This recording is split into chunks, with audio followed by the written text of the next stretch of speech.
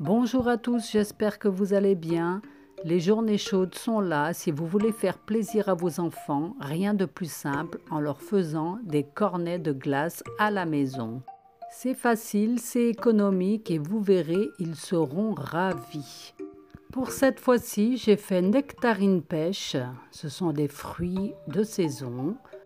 Étant actuellement en Algérie, je profite car ici les fruits sont très sucrés, de très bonne qualité par rapport à ceux de la France. Donc c'est parti pour la recette. Alors j'ai pris 3 pêches et 4 nectarines que j'ai coupées en morceaux dans une boîte hermétique. Comme vous pouvez voir, ils sont très juteux. On les filme au contact pour une nuit au congélateur. Ensuite, on les place dans un robot. Moi, j'ai trouvé un robot double lame en Algérie. Il faut que le moteur soit assez puissant, hein, sinon il faut faire des pauses, sinon ça risque de surchauffer.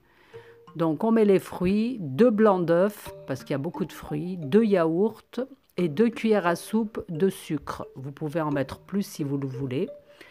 Et on commence à mixer tout ça en remuant de temps en temps. Comme je vous ai dit, si votre robot commence à chauffer, il faut faire des pauses.